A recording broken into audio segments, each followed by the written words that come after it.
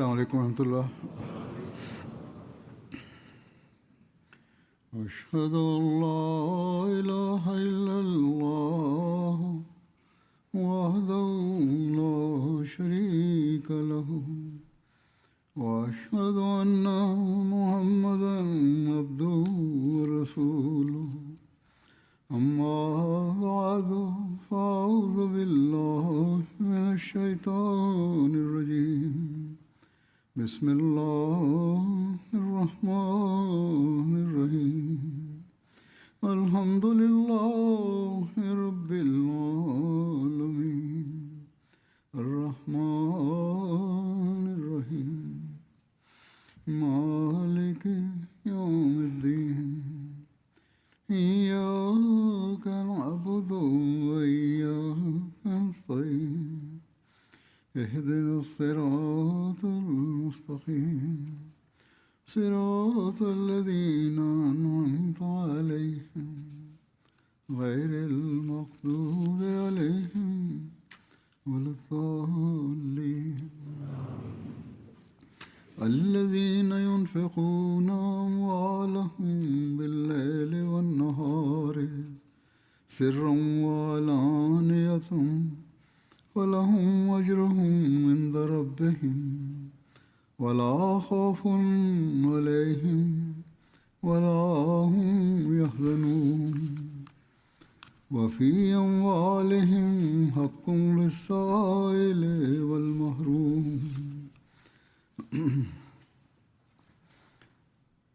पहली आयत जो मैंने पढ़ी है सूरह बकरा की है इसका तर्जुमा हैが朗読した最初の説はバカラ書からであり、その訳は次の通りです。夜となく昼となく、密かにまた公然と己が起こすものあらば、彼らのために己が主の元から報酬あらぬ。しかして彼らには恐怖もなく、また悲観することもない。そして二つ目に朗読した章はザリアト章の説です。神様はこのように述べました。また彼らの富には助けを請う者と助けを請わざる貧者のための分け前ありき。本日、私は聖なる預言者、サッララレサラムの施しと寛大さについていくつかの出来事を紹介したいと思います。この伝承からわかること、それは、このことについて、聖なる預言者、サッララレサラムがどのように何度も信者たちに説いたのか、そしてご自身の行いはどのようなものであったのか。私が朗読した説にもあるように、これにも、そしてその他の多くの説に神様はハククルラ、そしてハククルイバードを果たす、そしてその他の宗教的必要性、そして助けを必要としている人たちを命じています。そしてこの命のもと、聖なる預言者サルラルサラムは真の信者にそのことに注意を向けました。そして何よりもまずご自身の模範でそれを示したので、そして神様の命をご自身の行動を通じて体現してみせたのです。ですから道徳だけではなく、ある一つの道徳の一つの側面ではなくて、聖なる預言者のすべての側面は聖クランそのものだったのです。ですから、ハズレタ・アイシャは聖なる預言者の徳についてこのように述べています。ガーナ・ホルクフ・コラーン。つまり、聖なる預言者の道徳は聖クラン、すべてが聖クランに基づいたものだったのです。どの側面を見ても聖なる預言者は素晴らしい模範でした。それ以上の例がないほどです。私が述べたように、聖なる預言者の寛大さ、施しについて、そのことについて私はいくつかの伝承を紹介したいと思います。ハズレタ・ナスレタのからの伝承です。聖なる預言者サルラルサラムはこのようなお祈りとともにドアをしてみた。アッラフマイニアウズカミナルブクリ、ワカサリ、ワアルザリルウマリ、ワアザーベルカブリ、ワルフィティアテルマヒヤイワママー、神よ。私はケチであることから、そして怠けることから、そして、墓の災いから、そして生と死の試練からあなたのご加護を求めます。そして、また別のドアもあります。ハズルタナスからの伝承です。また、聖なる現象はこのように述べました。このようにドアをしていました。アッラホマイニアウゾベカ、ミダルガメ、ワルハザン、ワルアジゼ、ワルカサル、ワルジュブネ、ワルブクル、ワザライデーナ、ワガラバテルジャー。つまり神よ、私はあなたにご加護を求めます。それは心配から、そして怠けることから、そして臆病から、ケチでなることから、借金が増えることから、そして人々に圧政されることから、ご加護を求めますというお祈りをしていたのです。このように、神様のために、神様の道において、そして人々を助けるために、聖なる現象はこのように信者に説いています。ハズレット・アスマーレ・ダラナからの伝承です。このように述べています。聖なる現象はサラサラ私にこうおっしゃいました。決して腰粘着を締めてはいけない。その開け口を開いておきなさい。つまり自分の富を置いているものの口を閉じてはいけない。それを開けて必要に応じて人々を助けなければならない。また別の伝承によりますと、数えてばかりでいてはならない。でなければ神様もあなたに数えてでしか渡さないでしょう。つまり神様があなたに祝福を与えたのお恵みがたくさんあるのであれば、その感謝の印して、他の人、助けを必要としている人に助けなければならない。そうすれば神様はもっとあなたにお恵みを与えるでしょう。アブフレラからの伝承です。聖なる原子はこのように述べました。寛大であること、寛大である人、施しをする人は神の近くになり、天国の近くになり、人々の近くになるでしょう。そして炎から遠ざかる。しかし、ケチな人は神からも、天国からも、人々からも遠く、そして地獄の近くでしょう。そして、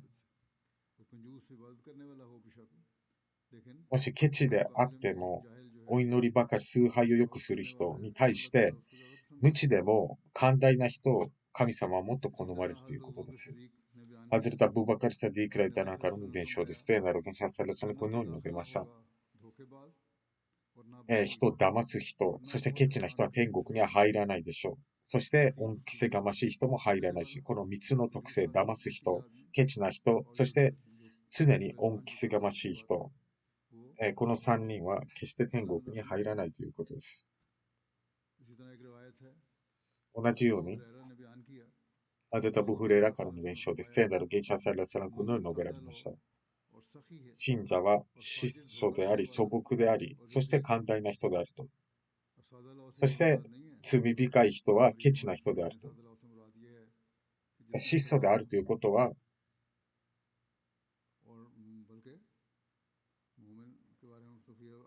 信者についてはこのように述べられています。信者は常に賢明でなければならない。そして信者で賢明であることにはすごく大きな意味があるのです。質素であるということは何も無知に振る舞うということではありません。つまり争いを避ける。そして寛大で心の広い人で、そして人々が好きになるような、そのような尊敬されるべき人です。これが信者の特性であり、印であって、そしてこれこそが私たちへの水準でなければならないのです。またある伝承についてモタレファ自身の父からこのように述べています。私は聖なる原者のもとへ行くと、その時聖なる原者アルハクムタカスルの聖クラの説を朗読していました。聖なる原者はこう言いました。人間はこういう、私の富、私の富、あるいは私のお金、私のお金とよく言います。褒める人は。聖なる原者はこう言いました。人間よ。あなたの富はあなたが使い果たしてしまったものです。それを施したか、使い古したか。ですから、最も良い富とは何か。もちろんあなたが使った富はあなた。しかし最も良い富はあなたが施しに使った富であり、それはあなたを神様の御前に費やし、そして人間を助けるために使った。それを、このような富は来世においてあなたには何倍にしても返す。返されるでしょう。ですから神様はこのような人は何の心配する必要もないということですし、彼らは悲しむこともないと。なぜかというと、彼らが払った犠牲、彼らが施しに使ったお金、寛大さに使ったお金、それは来世で何倍にしても返されるからです。アブドゥラ・ブン・マスードによりますと、聖なる元首はよくこう言っていました。二つのことを羨ましく思っていい。それは神様が誰かに富を与え、そしてその人はその富を神様の道においてたくさん費やす人であること。そしてもう一つは神様がその人にヒクマ、つまり賢明さを与えて、そしてそれをうまく駆使して、裁定を下す人です。アブ・ウママからの伝承です。聖なる元首はサラさんこのようにおっしゃいました。人間よ、必要以上に富を費やすこと。つまり神様があなたに富を与えたのであれば、それに応じて自分の必要なところに費やすことはいいことです。それ以上の富は費やし、それをただただ自分のもとだけに置いていくのは罪なことです。誰があなたの責任がある人から、つまり費やす方法としては、あなたが任せられている責任、子孫であったり、妻子であったり、あるいは貧しい親戚の親族であったり、あるいはあなたが責任を持っている人に対して、その人にまずあなたの富が費やさなければならない人たちです。そして、下の手より上の手の方が良いと。アブドゥラ・ビン・マスードはこのように述べています。聖なる元首はこのようにおっしゃいました。あなた方の中で自分の相続人の富が自分の富より好む人はいるか。つまり私が相続人に預ける富は自分のもとに、あるいは自分のために費やすよりも好ましいと思うか。人々はこう言いました。聖なる元首は我々の中で誰も自分の富以上に好きな富はありませんと。つまり自分が持っている富の方が最も好ましいと。すると聖なる元首はこう言いました。では、その人の富はその人が相続人のために送った富であると。つまり神様のために費やした貧しい人々を助けて、その富が最も良い富であると。それにあなたは来世でそれが報酬があるから、聖句欄に基づくと。聖なる元首サラサラのご自身の行い、そして積極的に神様の道のために費やしたこと、神様への信用信頼について、アブドゥラ・ビン・マスードからの伝承です。聖なる元首サラサラは、ある時ベラールのところに行き、そして彼のもとにはたくさんの夏目足の房がありました。聖なる元首は尋ねました。これは何ですかと、ハズル・ビラールはこう言います。聖なる元首は、私はこれはあなたとあなたのゲストたちのために貯めておいたものです。聖なる元首はこう言いました。あなたは、このあなたが貯めているものに地獄の豪華が触れることを好みますかと。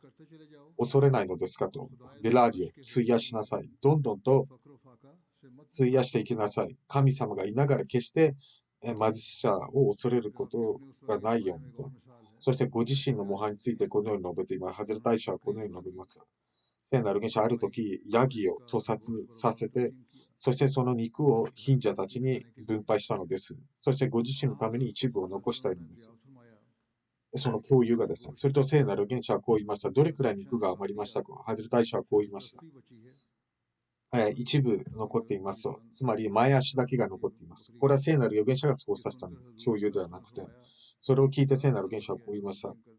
ということは、この前足が全て分配したのですと。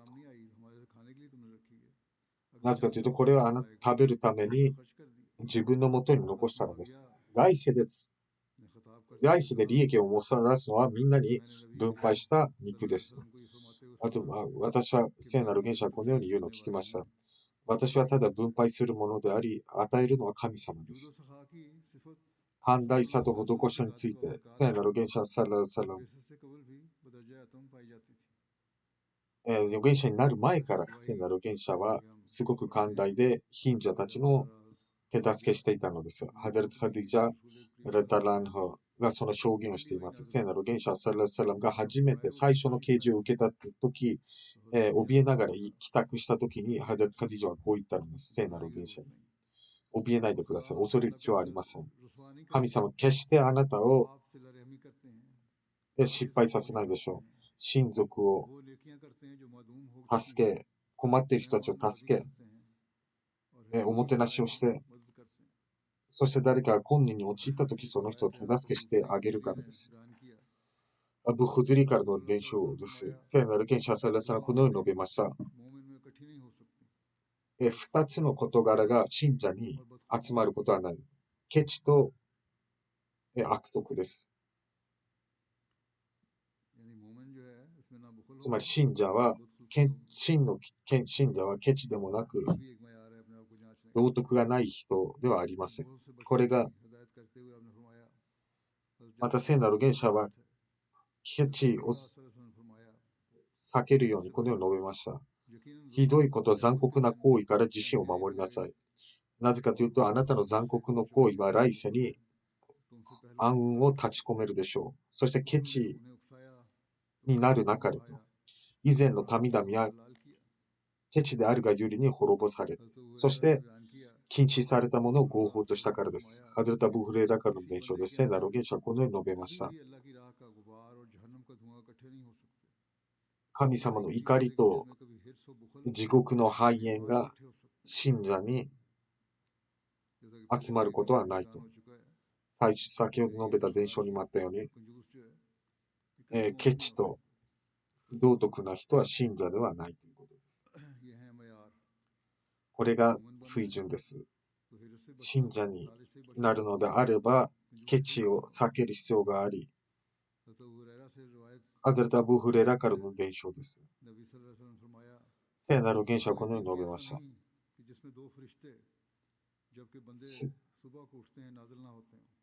毎朝2つの天使が降りてきます。そしてその中の1人はこう言います。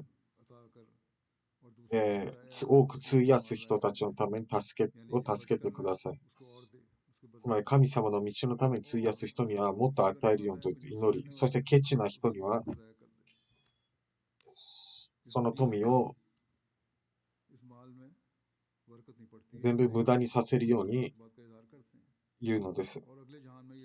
世界においても神様はこのように述べています。神様の道において、神様の道のために費やす人、神様はそれに応じて報酬を与えるのです。ハザト・アナス・ベン・マリからの伝承です。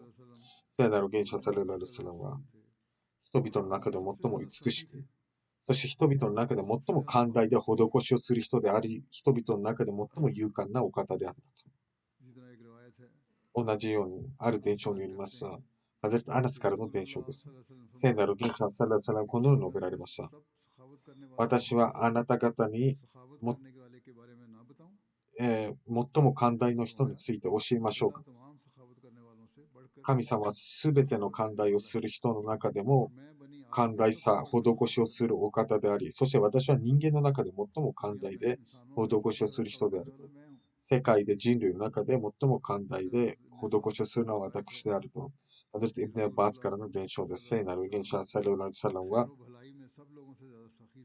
善において最も秀でており、ラマダーンの月においては聖なる元首はものすごく施しをしました。大天使ガブリエルは毎ラマダーン、聖なる元首と会い、そしてラマダーンが過ぎていく。聖なる元首は彼にクラーンを読み聞かせ、そして大天使ガブリエルが聖なる元首に会うと、聖なる元首は善において施しをすることにおいて嵐のようであったと。つまり嵐のように、聖なる元首はものすごい力強く、早く、寛大さ施しをしていたのです。つまり、教友たちが述べているように、聖なる元首は特にラマダンの月においてどれほど施しをしていたかというと、それは、嵐のようであったと。そして決して寛大を怠ることはなく、そして無駄にすることもなかった。もちろん寛大でした。施しもしていました。しかし、神様の目で間違ったところに費やすことはなかったんです。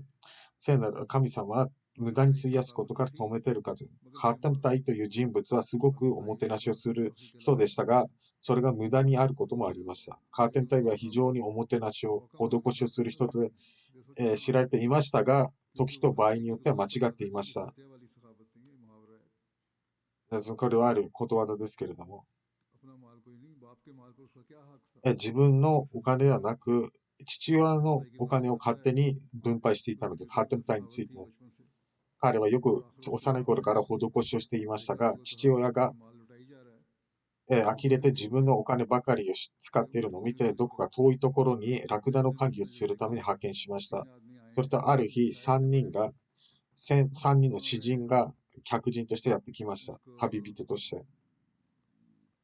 すると、彼は旅をしているのを見ると、おもてなしをするために3頭のラクダを捕殺したのです。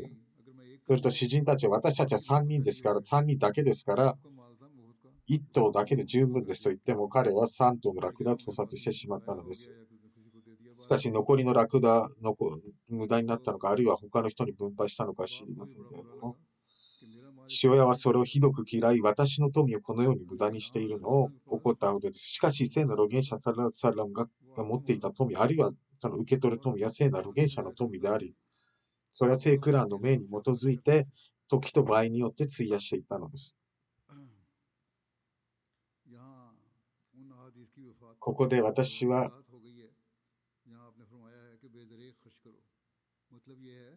このハディースにある、その心配しないで費やせっていうことは、時と場合を見て支払うということです。つまり3人が来たから言って3頭のラクダを捕殺して残りの肉をそれを無駄にしてしまう。他に食べる人がいませんから、それは間違っています。このように費やすことは。多くの肉が残ったことでしょう。そしてそれが無駄になったから、それは何の意味もなさないものでしょう。ですから、状況に応じて費やさなければなりません。神様のために費やしているのであれば、そしてそしてちゃんと状況を見て費やしているのであれば心配する必要はないと。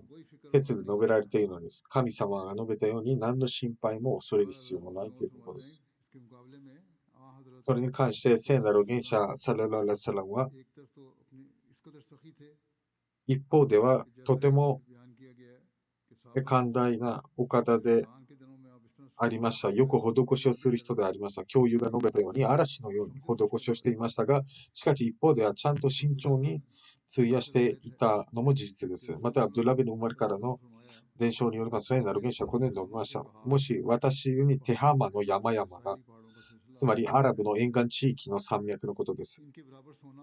これほどの金が、黄金があったとしても、私はすべての人たちにそれを分配していたでしょうし、決して私をケチだと思わなかったでしょう。アブザルダナカの伝承です。私は聖なる原者と共に、メディナの野原同伴していました。それとオホドの山が目の前にそびえ立っており、聖なる原者は言いました。アブザリオ。はい。と私は言いました。私は、このオホドの山ほどの黄金があり、それを3日も経たない、3日も経ってその中で1ディナールしか残らないのを私は決して好まないと。借金を返済する分を残している分を除いて、つまり右も左も前も後ろもどこでも必要な人がいればその人に施していたでしょう。富を費やさず人々を助けようとしない人、審判の日彼らはすごく困るでしょう。しかしそのようなことをしない、もし費やしている人は何の心配もついても、つまり右も後ろも前も左も、それはどういったことというと、その必要としている人たち、助けを必要としている人たちに費やす人です。このように神様のために費やす人です。止める人たちは決してケチではなく神様、もちろん信者の、決して何の恐れることなく費やすると神様は彼らのためにいろんな施しをしてくれるのです。アナスからの伝承です。ある人物が聖なる預言者に谷にいた多くのヤギを求めると聖なる元者は躊躇することによって彼にそのヤギの群れを与えたのです。すると彼は自分の民のもとへ行き、こう言ったのです。神に誓ってムスリムになりなさい。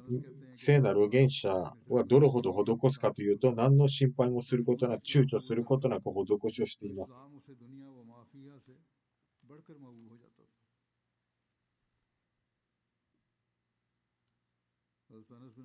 ハズレト・アナス・ビン・マリックからの伝承です。聖なる預言者サレラ・アレサラムは、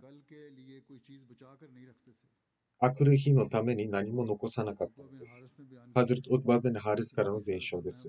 聖なる預言者サレラ・サラムは私たちにアッサルの礼拝を先導した後、その後すぐさま聖なる預言者は帰宅し、そしてしばらくすると家から出てきて、伝承者はこう言います。私は聖なる預言者に尋ねました。あるいは他の人が尋ねたのか。すると聖なる預言者はこう言ったのです。私の家にある黄金のかけらが残されていたので、ですから私はそれが夜まで家にあることを好まずそれを配分したのです。伝承によりますと、聖なる現者サラサラは私のもとへお越しになり、聖なる現者の顔色が違っていました。ハゼサルは尋ねました。もしかしたら聖なる現者は何か痛みをこらえているかもしれないと。聖なる現者は顔色が悪いです。何か痛みを耐えているのですか。すると聖なる現者は、いいえ、夕方に私の家にあった、私たちの家にある7ディナールのことであり、私はそれを寝床の横に忘れてしまったので、それがまだ家にあることが、すごく家があることに心配している。この7ディナールが。あるウルワカルの伝承に言われそう、私は聖なる現者と共にメディナでアサルの礼拝を捧げました。礼拝を捧げ終えるとすぐさま立ち上がり、そして人々の中から通っていき、ある家の中、ご自身の、奥方の家に行き、そしてまた家から出てきました。そして聖なる現象の人々が心配しているのを見ると、私はいくつかの金のかけらがあったので、その金のかけらが私の集中をゼキレラヒ、神様を念じることからそらしてしまうのを恐れたので、それを人々の間に分配したのです。約束されたメシアはこう言います。聖なる原者の状態がこのようなものでした。聖なる原者が持っているものをすべて分配していたのです。ある時、聖なる原者は家にモホルがあったので、それを分配したほどです。すぐさま。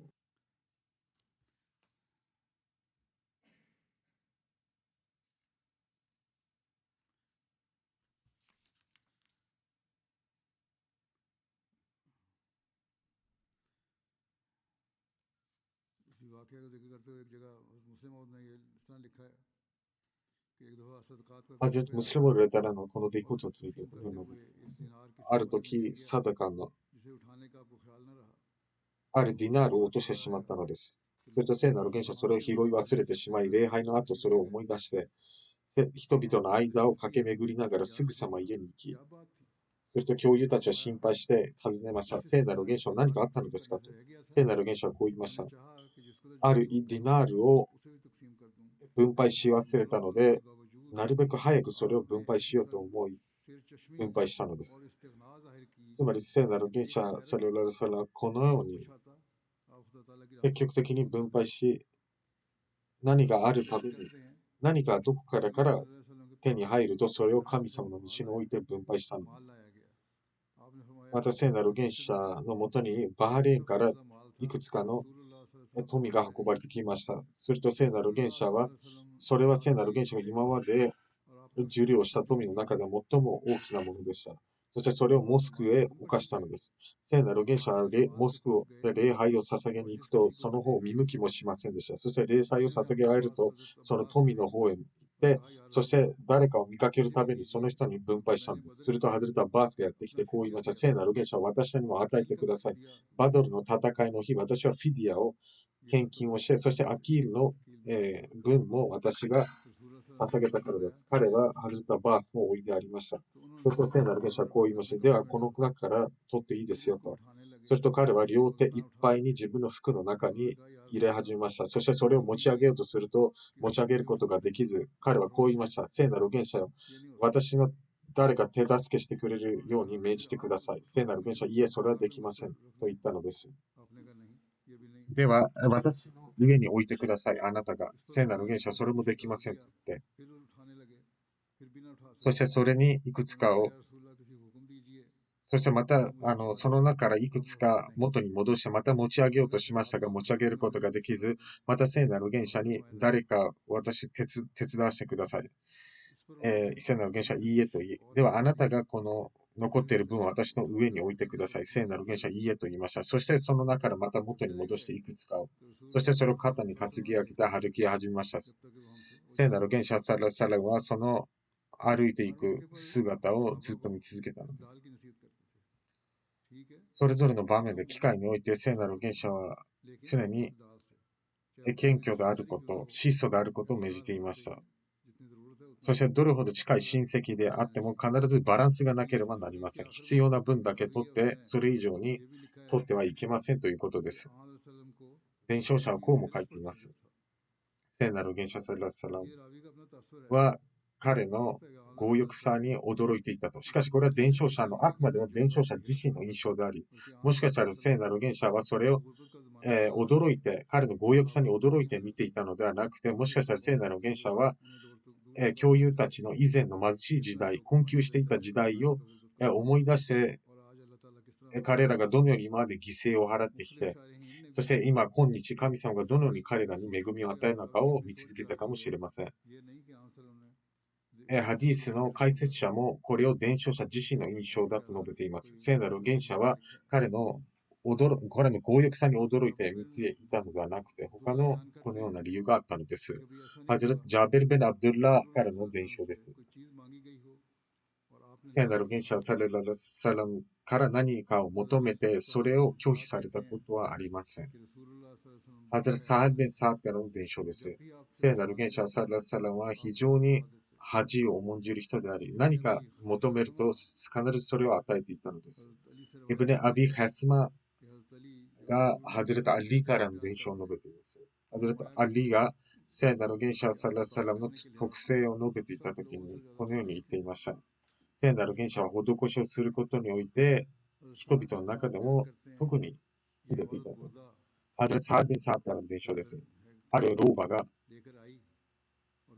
あるブルダというチャドルを持ってきて、そしてこう言いました。聖なる元首は、私がこれを自身の手で編みました。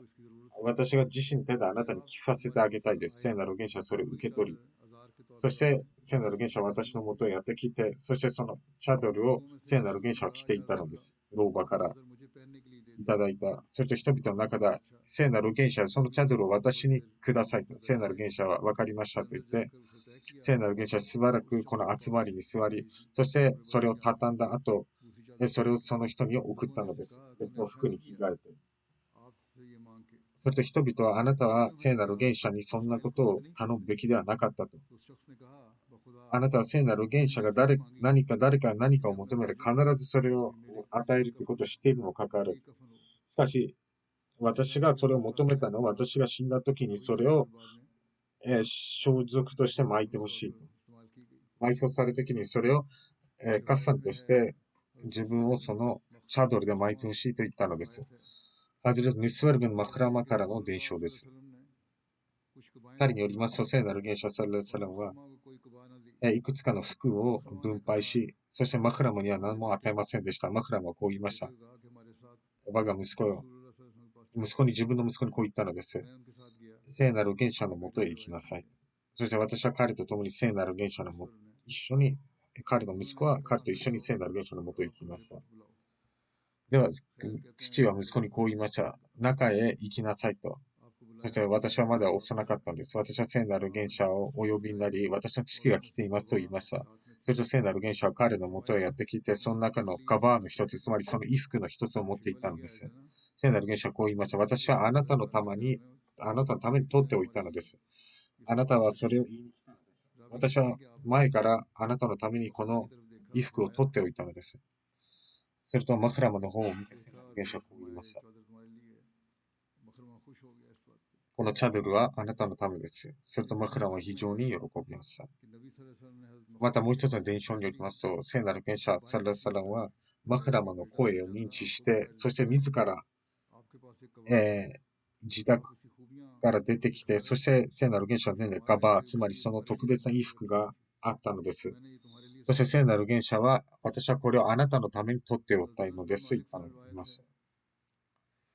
ハザルト・アナスビン・マリックの伝承によりますと、私は聖なる元首アサラ・サラムと共に同行しており、そんなナジェラーンの、え布を持っていました。すると、あるベドウィンがやってきて、聖なる預言者が着ていたそのチャドルを引っ張ったのです。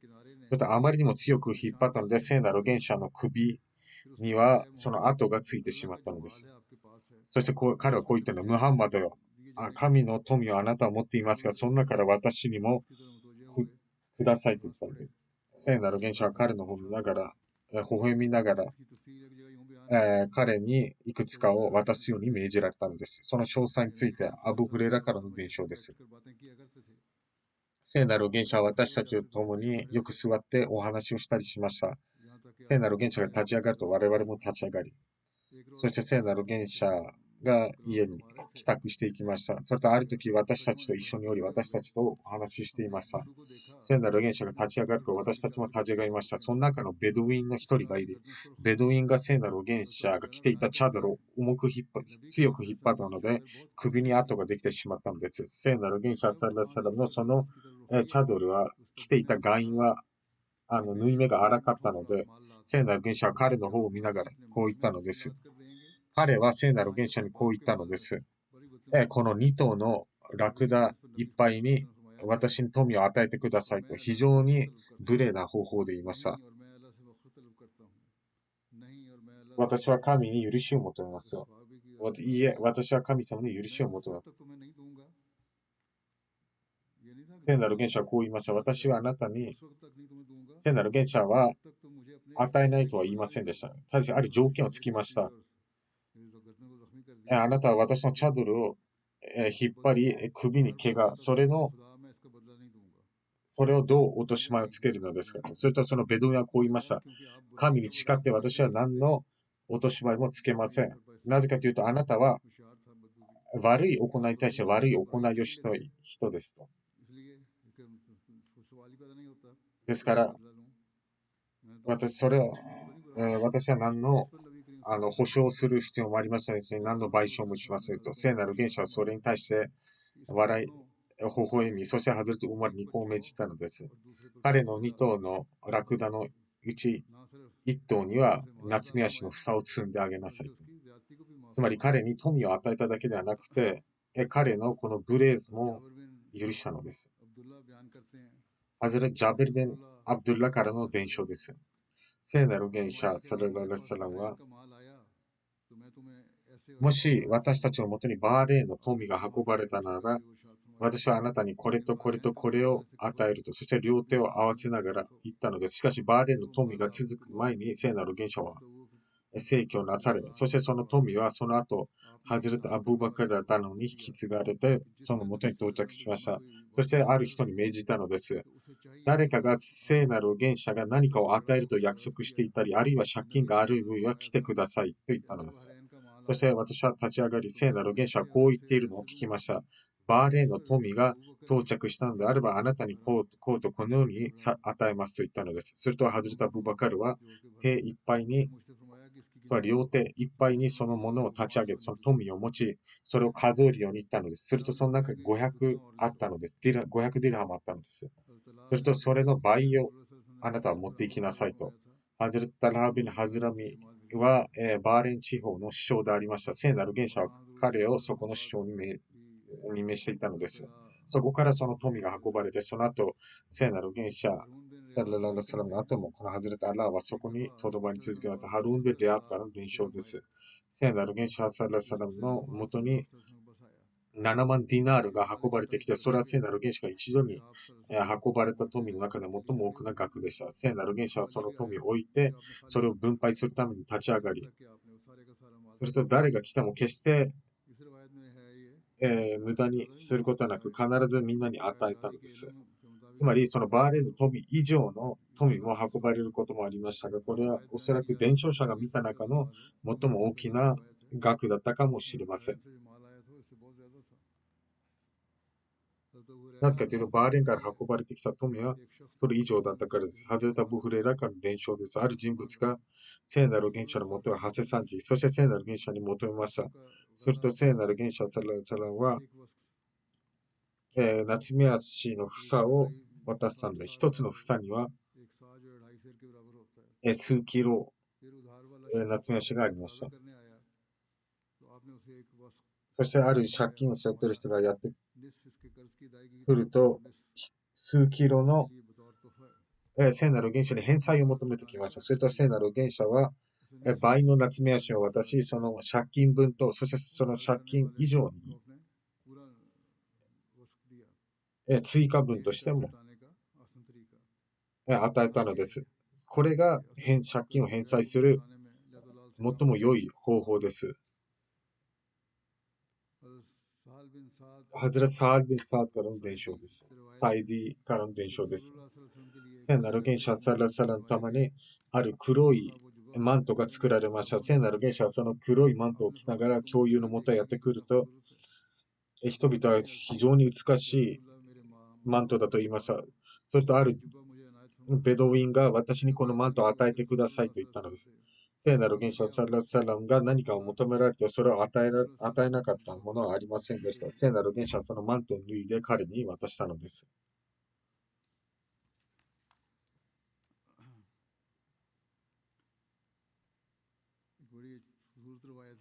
またもう一つとても美しい伝承があります。ハズレ・イブネ・ウバルからの伝承です。聖なる元首サラサランはある服を売る人から4ディルハムで一つの衣服を買いました。その服を着て聖なる元首はお越しになると、あるアンサールの人物がこう言っています。神の預言者よ。私にこの衣服をくださいと。神様は必ずあなたに天国の衣を着させるでしょうと。聖なる元首は脱いでそれをその人に渡し、そしてまたその店に行き、また4ディルハムを支払ってもう一つの服を買ったのです。聖なる元首は残り2ディルハムしかありませんでした。その時聖なる元首は10ディルハムを持っていけ、最初の服で4ディルハム、2つ目の服で4ディルハム、次はその2ディルハムしかありませんでした。それと道中である老婆が泣いているのを見ました。なぜ泣いているのか尋ねると、少女が泣いているのを見ました。すると彼女はこう言います。家の主人が私に2ディルハムを渡して小麦粉を買ってくるよう命じたのですが、お金を落としてしまいました。それと聖なる元首はご自身が残っている2ディルハムを彼女に渡したのです。しかしまだ泣いていたのです。なぜ泣いているのですかと、もうこれで2ディルハム渡したから、これで小麦粉が買えますと。それと彼女はこう言いました。主人がこれほど時間がかかってしまったので私を殴るかもしれませんと言いました。すると聖なる元首は彼女と一緒に彼女の家に行き、サラームをしたのです。すると家の人々は聖なる元首の声を認知しましたが、そのまま沈黙を保ったのです。家の人々は沈黙を保つけど、3度目の挨拶をした後に、家の人は聖なる元首のサラームの返答をしたのです。聖なる元首は、私の挨拶が聞かなかったのですかと。家の人々はこう言います。はい、私たちは認知しました。しかし私たちはもっと聖なる元首の平安、挨拶を受け取りたかったので、そうさせていたのです。これが教友たちの望みなのです。すると家の人々はこう言ったのですよ。聖なる元首はなぜお越しになったのですか。聖なる元首はこう言いました。この少女が怖がっていました。あなたが殴るかもしれないと。すると、主人はこう言ったのです。しかし、あなたがこの少女と一緒にお越しになったので、私はこの少女を解放しようと思いますと。すると聖なる元首は彼に天国の朗報を与えたのです。神様はこの10ディルハムに本当に大きな祝福を与えてくれたと。預言者に服を着させて、そしてアンサールの教友に服を着させて、そしてこのおかげでこの少女も解放されたのです。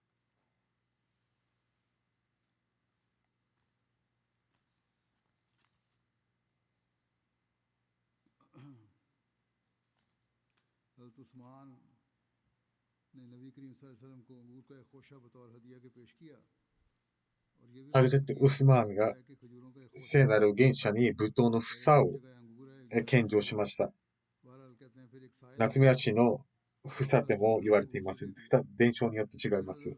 するとある人がやってきて、聖なる元首に求めたので、聖なる元首はそれを差し出しました。するとその人からハズレット・ウスマーンがまた1ディラムを支払って、その人から買い取ったのです。つまり上質なブドウだったので。すると、その人はまた聖なる原者の元に来て、それを求めたのです。すると、聖なる原者はそれを、ブドウをまた差し出したのです。それが3回繰り返しされました。ハズレット・ウスマンはまた彼から買い取って、それを聖なる原者に、差し出して、そして聖なる原者に献上して、聖なる原者はまたこの求めに来る人に対してこう言ったのです。あなたは商売人ですか、それとも物乞いですかと。あなたはディルハムを稼いでいますし、このようにあなたは商売しているのでありますか。聖なる原者はそれを拒否しませんでしたが、非常に賢明な方法で彼に、訓戒を与えたのです。ハズレット・アブドゥラ・ビン・セラームからの伝承です。神様がハゼビン・ハナサナに導きを与えたとき、私が知っているすべての預言者の印が聖なる預言者に見出すことはできる。しかし二つのことをまだ確認していません。聖なる預言者あるかどうか私は知りません。その中の一つが、その来たるべき預言者というものは怒りよりも柔軟さが上回っていると。そしてどれほど誰かが怒ったとしても彼はそのような絶対に逆に怒ったりはしないと。それと彼はこの二つの印が特性を持っているかどうか試そうと思い、私はある時、聖なる預言者が家から外へ出てくるとは外れたりも一緒にいました。その間、あるベドウィンがやってきて、彼はこう言いました。神の預言者よ。ある部族のブスラの人々がムスリムとなりました。そして私は彼らにこう言いました。彼らがムスリムになったら多くのものを得ることができるでしょう。雨が少ないため干ばつに苦しんでいます。聖なる預言者よ。彼らはイスラムをやめるかもしれない。なぜかというと、ムスリムになれば、神様がたくさん恵みを与えてくれると思ったからです。ですから、聖なる預言者よ、彼らに何か差し出してください。それと聖なる預言者はその人物の方を見て、ハズレタアリーも言いました。そしてこう言ったのです。その時、支援として提供できるものは何もありません。ハズレツラゼードは近くにいて、私は近くでこの光景を全部見ていました。すると私はこう言いました。ムハンマドよ。では、ある夏目足の果樹園から、えーハゼサナはユダヤ人であったので、聖なる預言者はこう言ったのです。私はそれを後払いとして夏目足を買い取ることはできますが、しかし私はその夏目足がその果樹園のものだとは思いません。で、ハゼサナは商売取引をして、そして聖なる預言者にいくつかの黄金のかけらを渡して、そして後に私にその後払いとして夏目足のその黄金のかけらほど相当する夏目足の分を後払いするということで、買い取ったのです。そして聖なる預言者はその黄金のかけらをその助けに求めてきたベドウィンに渡して困っている人たちに分配してくださいと。それで干ばつに苦しんでいる人を助けてあげてくださいと。そしてその返済日がまだ2日3日残っていたのに、私は聖なる原者を元へ行って、そして聖なる原者の胸ぐらを掴んで、チャドルを引っ張って私は怒りながらこう言ったのです。ムハンマドよ。あなたは私に返済しないのですかと。私はバヌ・アブドゥル・ムテレブ族の人々が借金の返済には非常に疎いということを知っているし、常にあなた方を遅らせる。まだそんなことは決してありませんでした。2日3日も残っていたので、彼はその時敵意を抱いていたので、あるいは彼はこの特性があるかどうかを見たかったのです。私は彼にこう言ったのです。私はその時ウマルを見ていました。彼は怒りのあまり目が回っているような感じでした。ハズト・ウマルは怒りながらこう言ったのです。神の敵よ。神の預言者にそんなことを言うのか。そしてこのような無礼な態度を取るのか。神に誓って、ムハンマドを真とともに使わした神に誓って、聖なる預言者がいなければあなたの首は胴体から離れていたでしょうと。しかし聖なる預言者は非常に落ち着いてウマルの方を見ながら微笑んでいたのです。そして聖なる預言者はこうおっしゃいました。ウマルよ。その怒りをあらわにするのであれば、私たち二人は、私には返済するように、そして彼には落ち着いて要求するようにと言うべきですと。で、ウマル、そこから、彼に返済させなさいと。つまり私がその返済しますと。そして聖なる元者は、余分に夏目氏の房を彼に、返済として渡したんです。つまり借りていた分とその余分な分をそのゼービン・サナに渡したのです。すると、ある後に、すると、ゼハザゼーブン・サナは、あなたは私のことを知らないのかと。ウマルは、ハザルト・ウマルは誰かと尋ねると、私はゼーブン・サナであると。それと彼は有名な学者だったので、ハズレット・ウマルは驚いて言ったのです。あなたはそんなユダヤ人の高名な態度を取ったのかと。しかし、ゼーベンサナは全てを説明しました。私は2つのことが確からなかった。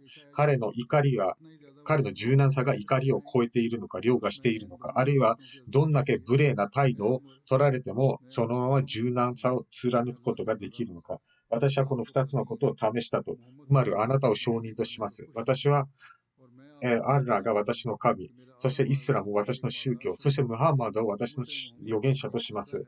そして私は非常に褒めています。そして半分の富を、ムハンマドの兄弟のために献上します。しかし、すべてのムハンマドの共同体ではなくて、幾人かのためと言って、そしてハゼゼードは聖なる元者のもとはハセサンジ、こう述べます。私はアルラの他に神がなく、そしてムハンマドは神の使徒であると、宣言します。証言します。私はそれを信じます。そうしてハズレツゼードはムスリムになり、そしてその後、いくつかの戦にも参戦し、そしてタブークの戦いの期間中、彼は、殉教したのです。彼はユダヤ人学者でありましたが、いい良心を持っており、聖なる現象を見て、すべての属性を見てムスリムとなったんです。これが聖なる現象の徳なのです。このような返済をして自らの徳を示すことによって、ユダヤ人の学者をムスリムとしたら、アッラフマサレアラールモムデワラレマワバリクワサラムインナカハミドマジ。